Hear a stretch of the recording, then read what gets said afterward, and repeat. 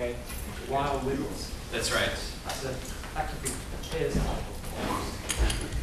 Yeah, so thank you very much for inviting me to this wonderful workshop / conference, particularly to the organizers, Jean-Philippe and Steve and Peter. So before I begin, let me just thank some of the most important people in this work, particularly my student, Lilian Nair, postdoc at the time of this work, Philip Moll, and our great collaboration with us from the Vishwanath's group. I specifically want to point out these two folks. Philip Moll, who's now a group leader at MPI Dresden, and he and both Drew Potter were both funded by the Moore Foundation, and it was really the constant interaction and collaboration between these two that made this work possible. Watch out for this guy; he's really the next big thing. So, all right, now I'm done with the acknowledgements early.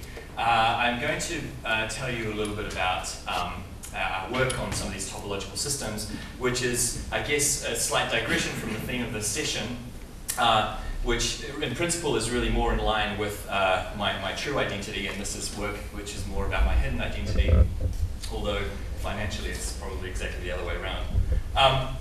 And so what I'll tell you about is a somewhat pedagogical introduction to why I find this physics interesting, and then I'll tell you some of the challenges in this field and how we've tried to solve them. Okay. So let me begin with the reason why I got into this area is because it reminded me of a problem that I found very interesting when I was an undergraduate, and that was the concept of adiabatic transport. So just to refresh your memory, the basic idea is that you prepare a quantum state in some well-defined set of eigen numbers or quantum numbers, and they'll also have a well-defined energy. And the basic idea is that you can evolve slowly that eigenstate in time, and as long as your energy states remain non-degenerate, and if you don't have any other non-adiabatic changes, those quantum numbers will be preserved even though your energy state might actually change. Now, classically, this is a completely obvious result. When you evolve a state slowly in time, it doesn't change very much. But quantum mechanically, you end up having a couple of other interesting things, which is even though the quantum numbers themselves don't change, you might gain some other phase factors. So the first one, for example, well, let's say this is our adiabatic orbit, and we've got some closed path. The first phase factor that you might expect to change is the dynamical phase factor, which you're all familiar with, which is just to do with the length, the duration of the adiabatic evolution, plus the change in energy over that period. But the second one, which becomes a lot more interesting, is what's known as the Berry phase. Now, what you'll notice in this equation is that it doesn't actually depend on the time scale of the evolution itself. What it does depend on is the space that defines your eigenstate, the topology of that space specifically. And that can be a number of different things. It can be real space, it can be momentum space, whatever space that your eigenstate is well defined in. Okay, so this phase factor was pointed out in a very general way by Michael Berry back in the 1980s.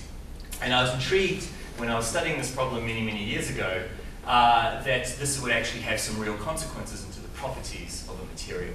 So I'm just going to give you a brief introduction to some of those ideas, and that will relate directly to the experiment that I'll introduce in the second part.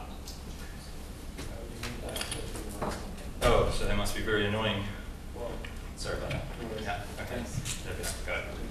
All right. So what plays a particularly important role in this physics is the role of topological defects, which might take the form of monopoles. The basic idea is imagine that your adiabatic path is actually encloses one of these topological defects, and these, like a monopole. These defects can take any number of forms. They can be an actual monopole in real space, it can be a monopole in k-space, which we'll talk about later. It can be a degeneracy of spin, which is the problem that Michael Berry solved.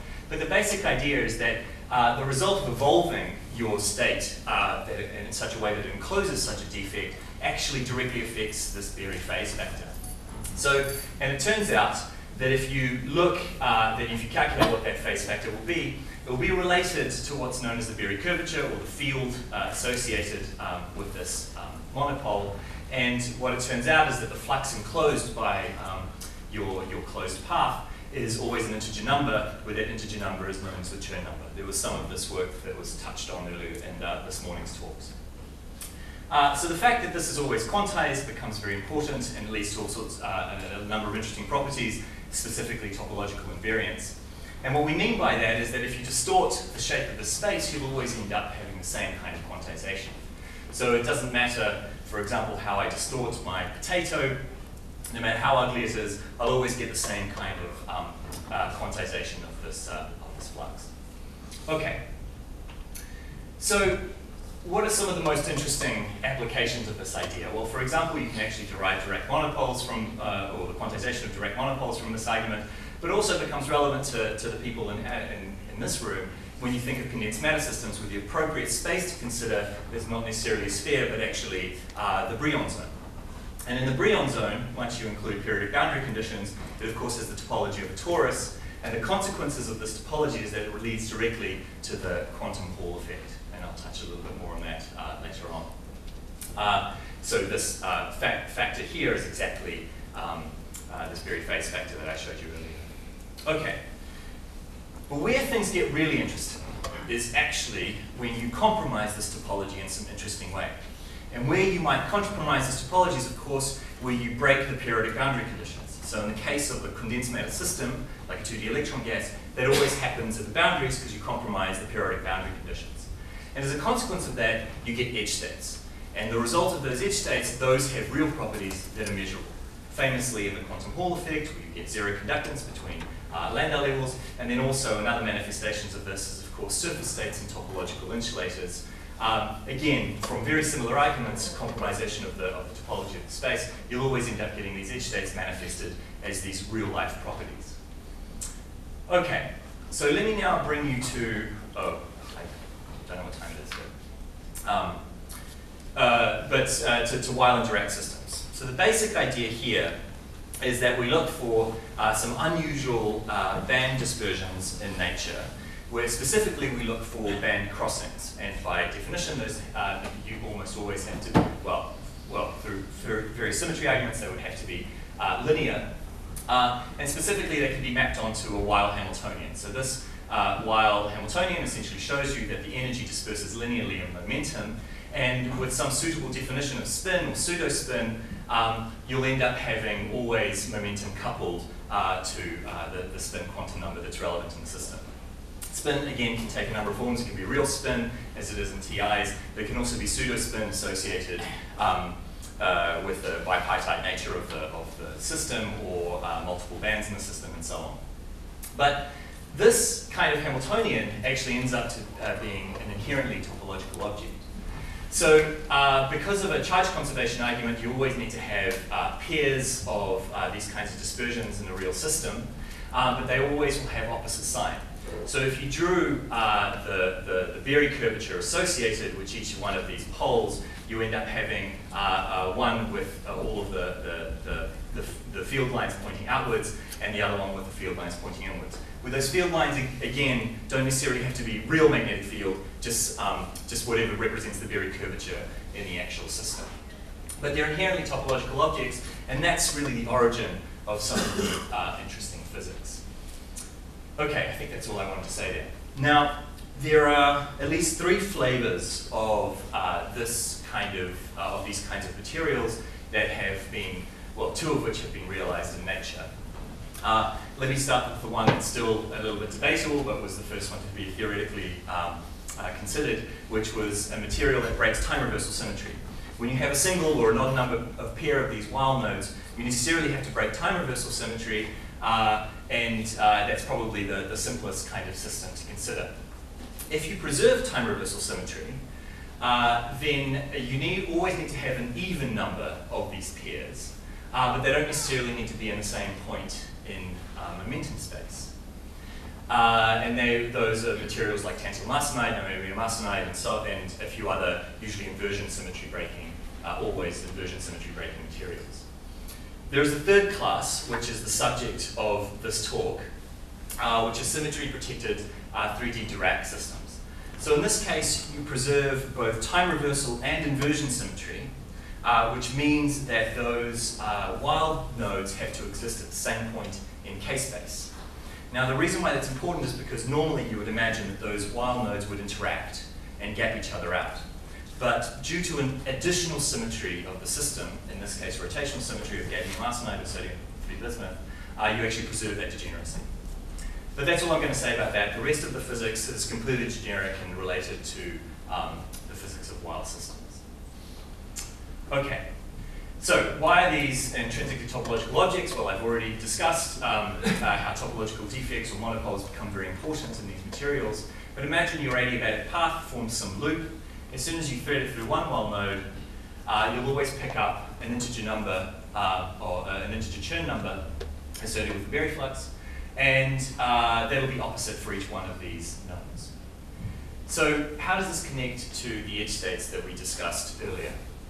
Imagine now, instead of my square path, I now have a circular path encircling one of my Weyl nodes. And now I apply periodic boundary conditions to my system. So that would be extended. I've got in the kz direction, but it could be in any direction in which I have periodicity. So by having this connection, as well as the periodic boundary conditions, you actually have exactly the same kind of topology as you have in the 2D electron gas that led to the quantum Hall effect. Which means that when you compromise that topology at the boundary, you'll end up having edge states for exactly the same reasons as you do in the quantum Hall system. Okay. But they're a little bit unusual, these surface states, because they don't, in the same sense actually in the Hall effect where they only need to disperse in one direction. Here these surface states will connect the two Weyl nodes from the bulk. In the same way you can think of it as edge states in a quantum Hall system connect bulk lambda levels. So for the very same reason, these edge states associated with the surface state of the top of a Weyl system will connect two different Weyl nodes, which means that they only need to actually disperse in one direction. In other words, they form Fermi arcs. Now this should come to you as a surprise, maybe not for those of you who've been a student of Couperet physics for a long time, but Fermi arcs break a lot of condensed matter rules because you're not allowed to have discontinuities for a Fermi surface in a Brillouin zone. But the way you get around this problem is that this is a surface state associated with one, or this is a Fermi arc associated with one specific surface, and it has exactly the reflection of it on the other side of the surface. So if you imagine looking down on it from, in this case, the ky direction, if you ignore what's going on in the bulk, actually you have two halves of a Fermi surface, so formed by the two Fermi arcs, so in that sense you don't break any rules. Even though those Fermi arcs exist in different points in real space, they are connected in Fourier space, if that makes sense. Okay. So let me now tell you a little bit about a practical problem. So that's the physics. There's some interesting surface states associated with these systems that arises from their topological nature. But what's difficult is to really measure some interesting signature of these materials beyond surface-sensitive measurements like photo emission or STM. So specifically what I do in my group is that we measure transport, and a lot of it, as well as other thermodynamic quantities. But it's very difficult to get to the signature of surface states simply because, by definition, these materials are semi-metallic in the bubble. So when you try and measure surface states, your signal is always going to be swamped by what happens in the bulk, and your signal from your surface is going to be necessarily very small. So this is a big problem, something that I'm familiar with from my work in topological insulators for exactly the same reason, but here it's an even more severe problem. So we have to get around this issue, and the key challenge, I would say, in this field in general, in terms of getting to these properties of surface states, is really, how do we measure them against a metallic bulk? Okay. So now let me take you to part 2. Can you tell me how much time I have? I forgot to. I would say 15 minutes. Oh, perfect. Okay, great.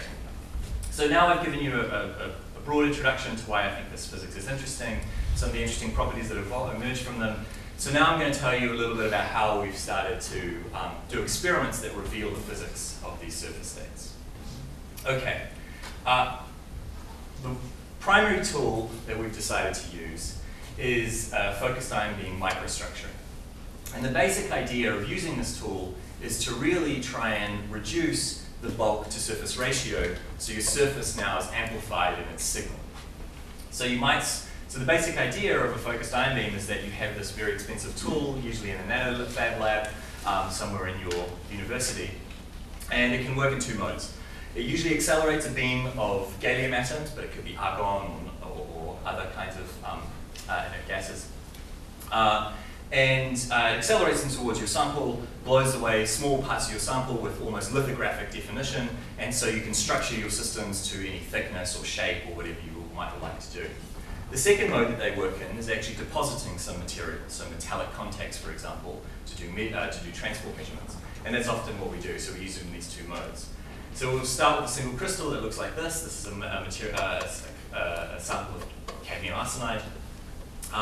We'll make a lamella, chop it up with the focused ion beam, deposit contacts on it, and you'll end up with a device that looks a lot like this. I'm slightly, I'm underestimating how difficult the procedure actually is. You really do need an expert to do a lot of this, which is why Philip Moll was so valuable in this collaboration. Okay, so what you're looking at here is one of these cadmium arsenide samples. Here you might pass current along this direction, for example, and here you will tap off voltage to measure Hall or longitudinal resistance. And the basic idea is that you machine these samples to be an arbitrary thickness.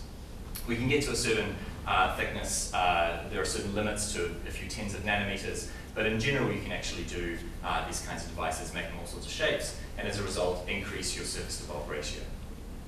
Okay, we've made a number of these kinds of devices. So, for example, I will talk later about a thickness-dependent device. You can do different crystalline orientations. You can also make different shapes, different crystallographic axes, and so on. So this is an extremely powerful tool to do transport in a material, not only to get to surface states, but also to measure intrinsic anisotropies in the system as well. Okay, so now let me get to some quantum oscillatory, some real data, which will be a signature of these surface states. Before I do that, I have to take you through a brief aside for those of you who might not be familiar with quantum oscillation data. I don't think there has been a single quantum oscillation talk in the last couple of days, so I think this will be worth it. All right, it takes us back to the adiabatic transport idea. Now imagine you have a closed loop that you're adiabatically evolving your eigenstate, but in this case you apply a magnetic field, which means that there's a flux threaded through this adiabatic orbit. The consequence of that is that you end up, because you want to preserve your quantum numbers, what ends up happening is that you will need to have an integer number of wavelengths that enclose the circumference of this orbit. And the consequence of that integer number of wavelengths is that you end up having a quantization of which results in this relation known as the Bohr-Sommerfeld quantization condition. This is essentially the statement that if you added up all of the wavelengths around this circumference, you would actually get an integer number.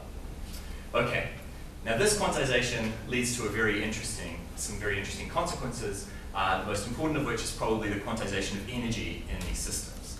So just going from that initial relation, it's very easy to derive that the energy associated with the cyclotron orbits of the system will be quantized into integer numbers, which are known as Landau levels. Each one of these Landau levels encloses a different integer number of flux quanta, like all semi-classical cyclotron orbits would. These Landau levels are indexed by the number of flux quanta that they enclose. The lowest Landau level, well, that should be 1, I suppose, it's n plus 1. And here would be 2 flux quanta, 3 flux quanta, and so on. This cyclotron time is the time that it takes, it'll become important later, is the time that it takes to traverse one of these orbits. Usually people discuss the cyclotron frequency, but it's just the inverse of it. Okay, so you can measure the consequences of this quantization of the energy into Landau levels in any thermodynamic quantity, but in transport it becomes particularly obvious. So if you pass current and measure the voltage, you can change the angle to get a topology of these cyclotron orbits. And what the signal actually looks like is a little bit like this. So this is a sample of bismuth telluride. It doesn't matter, it just means it just has a bulk Fermi surface. If you look at the resistance as a function of magnetic field, you get these beautiful oscillations, which is what happens when you, as you increase the magnetic field, you collapse your electrons into lower and lower Landau levels as you increase the field itself. And then when you change the angle of the field with respect to the sample, you get changes in frequency, and that actually tells you about the topology of the Fermi surface, and it's a very powerful probe. That's known as the Sugar-Kofter-Haas effect. But my basic take-home point is that you get these oscillations as a result of quantizing your energy spectrum by having an integer number of flux quanta through your cyclotron orbits. Okay, so why is this relevant to surface states? So let me, in Weyl systems. So let me draw you a picture in k-space, or mixes k-space and real space of these Weyl systems. So this is the bulk, and I've drawn it in a slightly strange way. So this is kx and kz along the plane, but I've got the y-axis in the perpendicular direction. And these are the positions of the two Weyl nodes, so the ones with plus and minus one Chern number. Okay, now let's say I've applied a magnetic field, so in the same sense that I had the Landau quantization in my former slides, I have Landau quantized the energy spectrum associated with these Weyl nodes. Now what happens is that as a result of their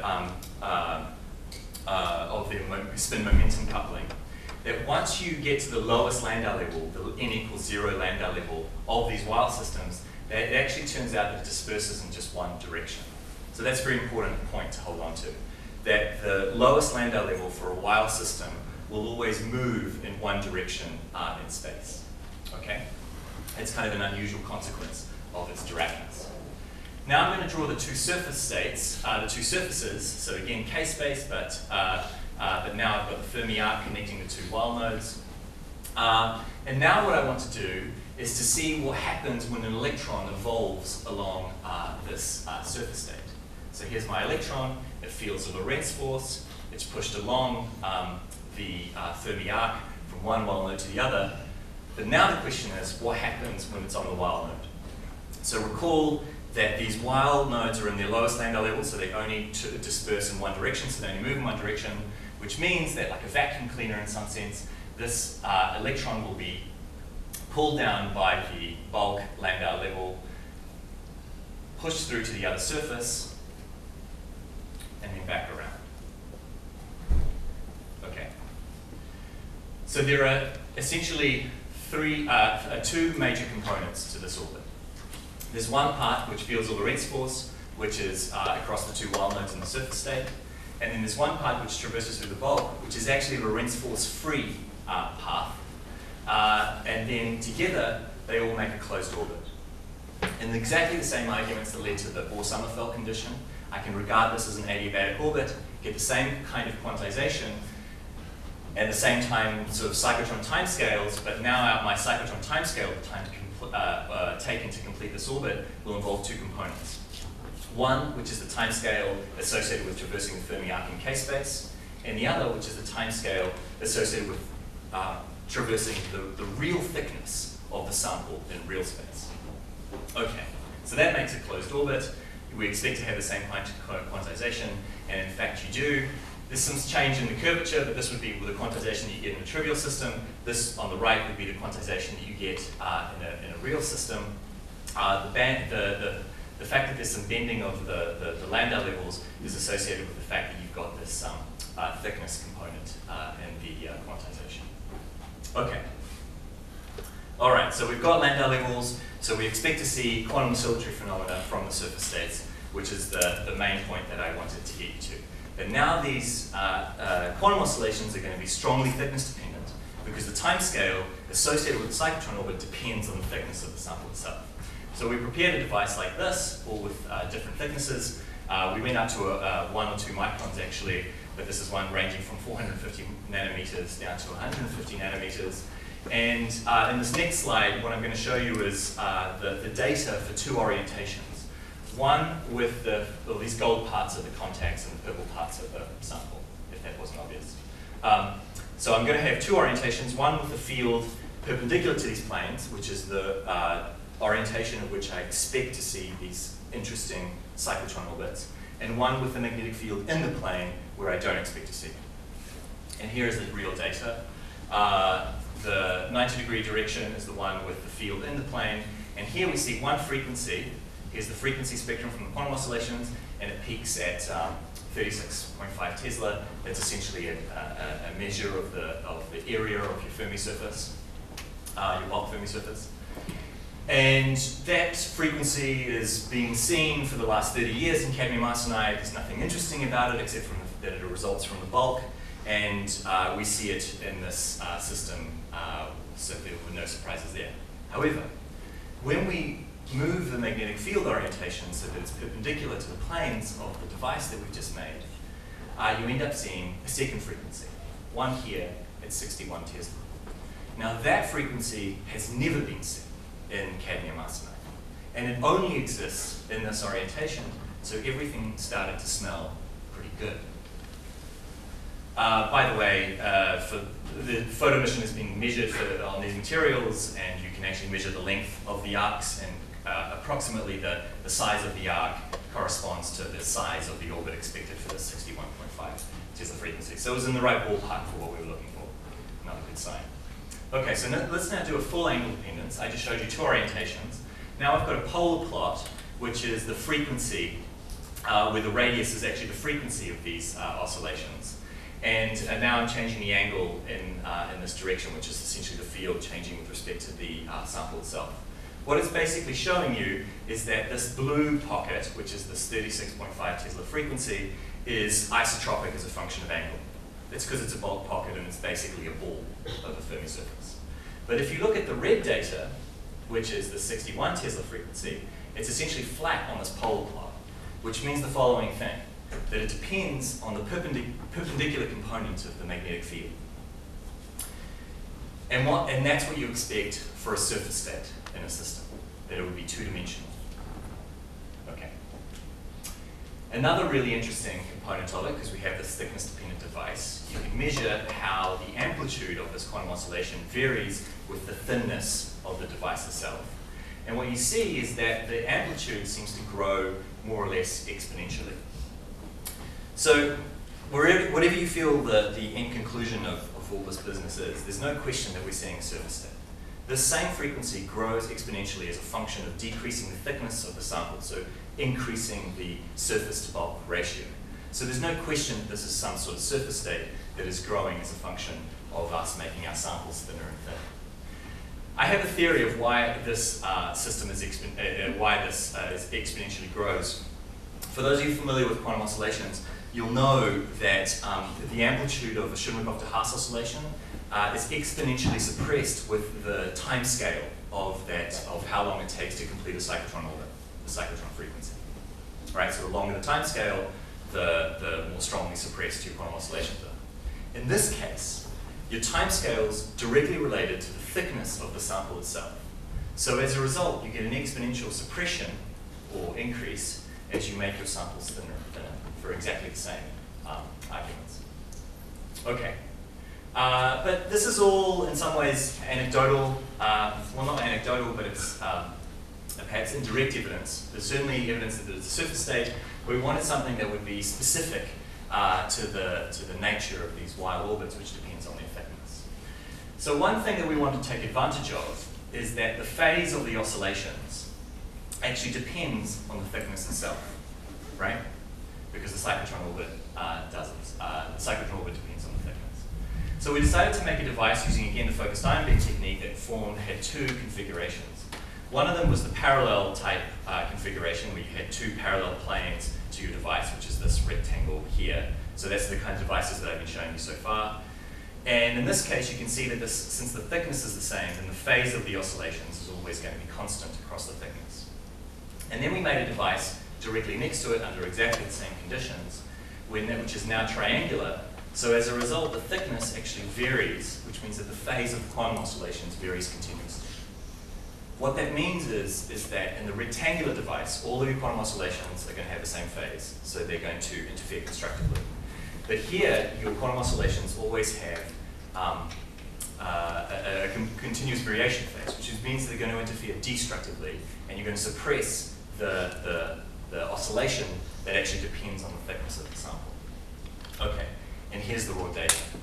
This is for our rectangular device, where you see a very clear two kinds of frequencies, which results in this beating. And here's the triangular device, where you only see a single frequency, which is exactly the same as one of the dominant frequencies for the rectangular device. This single frequency is exactly that 36 Tesla frequency, which is the bulk pocket. And this rectangular sample shows again the two frequencies, the 60 Tesla frequency, which is the surface state, and then this bulk frequency, which is the one that we see in the triangle as well. Okay, so you can also look at the Fourier transform, and there it's very clear the Fourier transform for the triangular device only peaks at the bulk pocket, whereas the rectangular device shows you both the bulk and the surface state. So it seemed, all things being equal, that whatever this surface state actually quantum oscillation was, it was very sensitive to the geometry of the bulk, as you would expect from a Weyl orbit. Well, that's pretty much it. I don't have a concluding slide because I think my conclusion should be fresh in your memory anyway. The basic point is that although I don't necessarily think that this is an open and shut book, there's definitely something that smells very interesting about the kinds of surface states and quantum oscillations that we've seen in these materials. Okay, so with that, I'd just like to thank my group. There's a bit of advertising. I'm currently looking for a postdoc, so if you want to live in this terrible place, you can come see me afterwards. All right, thank you.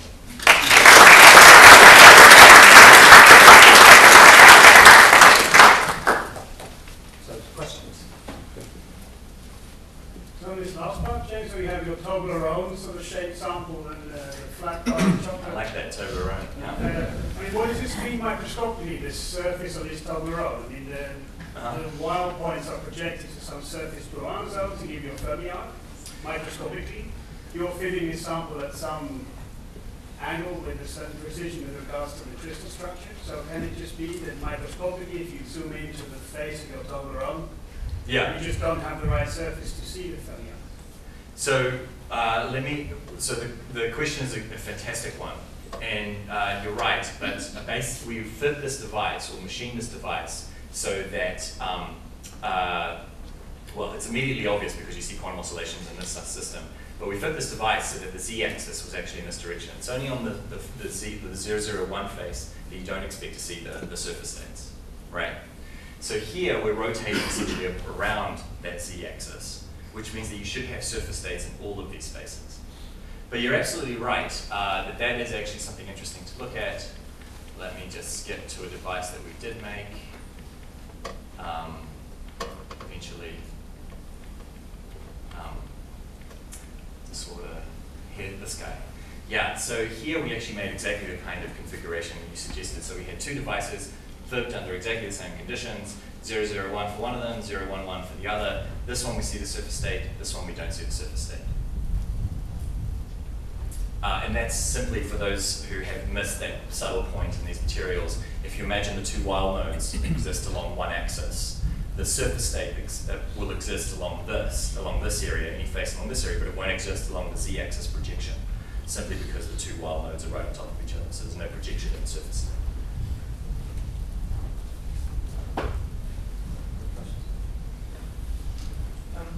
Could you comment on the velocity with which the trajectory crosses the sample? Is that the Fermi velocity or is that? It's the Fermi velocity of the bulk, but that actually need not be the same velocity as what you have on the surface state. So we're actually trying to get to that, the physics of that right now. When Ashwin and Drew Potter actually calculated this theory, they just used a single Fermi velocity for the whole thing, but actually there should be probably two different velocities, one for the surface state and another one for the bulk. But it is the Fermi velocity, so it's going fast. One there and then one there. Maybe a similar question. So you've got this weird mix of momentum space and real space. Yeah. So is it obvious that your oscillations are periodic in 1/B or B or? Well, I wouldn't say that it's obvious.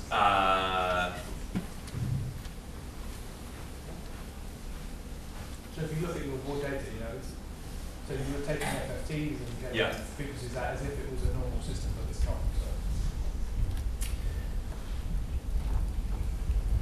So, yeah, I think that's a good question actually. But I mean, the bottom line is that the surface states, theoretically, they're very well established what they should be periodic in. They should be periodic in inverse field.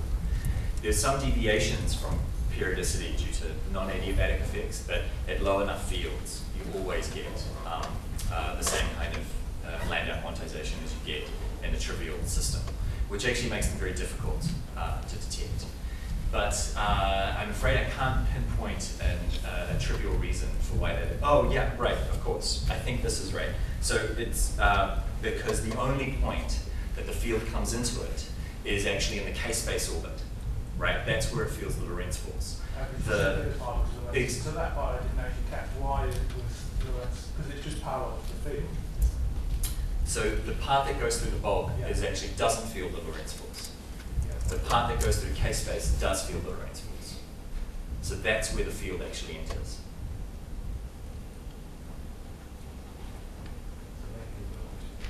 Yeah.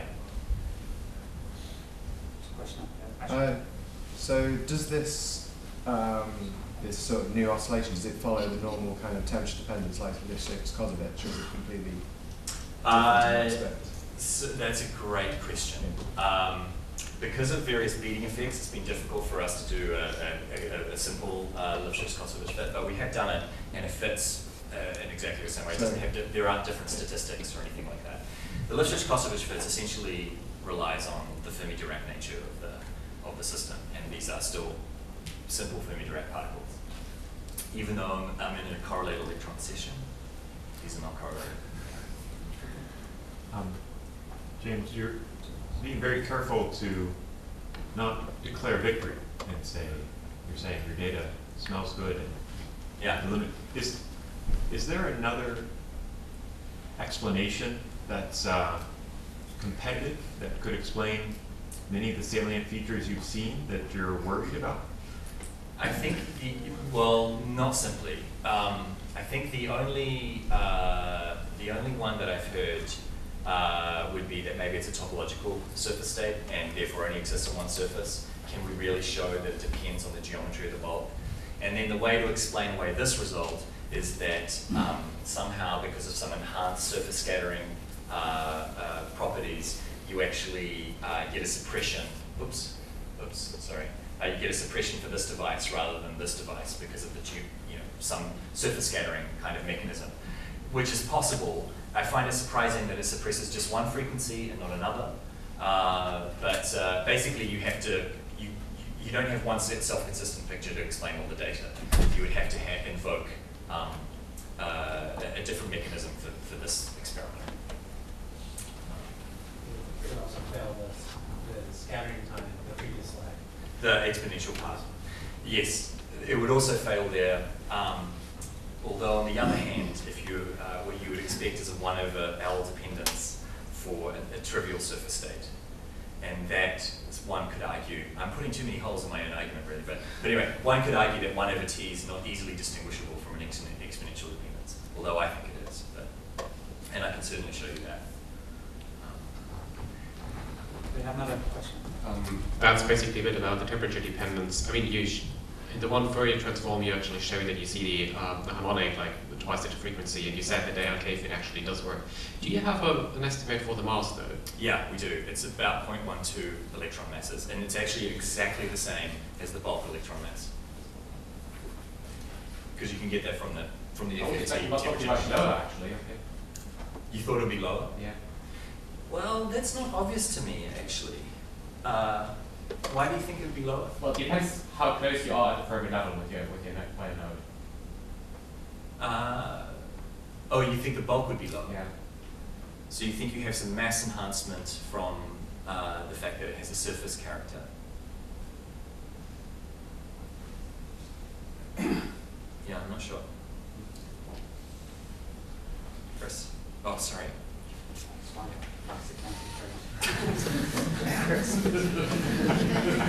Thank you, Andrew. Question about geometry. So in some of these cartoons, it looked like if you projected the two bits of the different Fermi surface arcs together, there'd be a kink with the fire. Is that actually allowed? And if it's not allowed, does the arc always have to enter the Weyl point perpendicular to the line joining the points? It feels like there should be some rule. That's an excellent question. So, as far as I know, it doesn't need because there's a large number of states at the Weyl node itself. that are determined by the bulk. So you don't necessarily have, as a result, you don't have any discontinuities, right?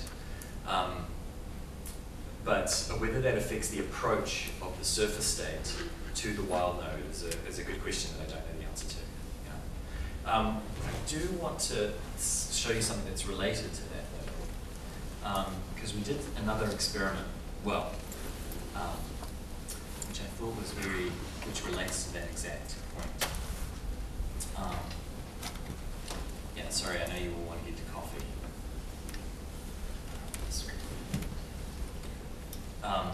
So the basic point is that we did actually see a deviation.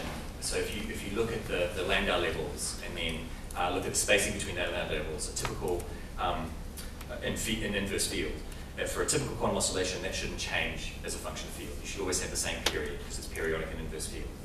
So we did that measurement, and you can measure the period of the quantum oscillation as a function of field or Landau level index. And what you see is that it always drifts. It should be constant, but it always drifts to some lower number, as if the orbit itself is becoming smaller. So what it turns out what happens, and this was, amazingly, this was actually in Drew's original paper as a suggestion, is that the surface state, as the particle is traversing the Fermi arc, actually anticipates the existence of the bulk state. So in a magnetic breakdown kind of way, or in a way it tunnels between the surface state and the bulk, and it's a non-adiabatic correction to the system, bringing the talk full circle, if you forgive the pun.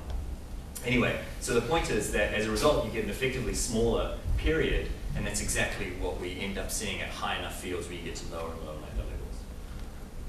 And that is also an effect that's kind of difficult to explain for a trivial quantum oscillation. There's one more question from Phil, and then I think. Yeah. This may be slightly related. Does this require the Fermi energy to be the same on both surfaces, so your arcs are the same length, or could you imagine if you could gate one surface, one arc shrinks, you'd still have to go through the bulk state? You should still get the. So I've been asked this before. We haven't done the experiment, but in principle, you should get the same kind of effect, except because the Landau level spacing is just dependent on the cyclotron frequency, the timescale of that orbit. So even though you have the two things at a different Fermi energy, you still have a single timescale for the orbit, and that's what determines the Landau level spacing. Great. Thank you very much, James.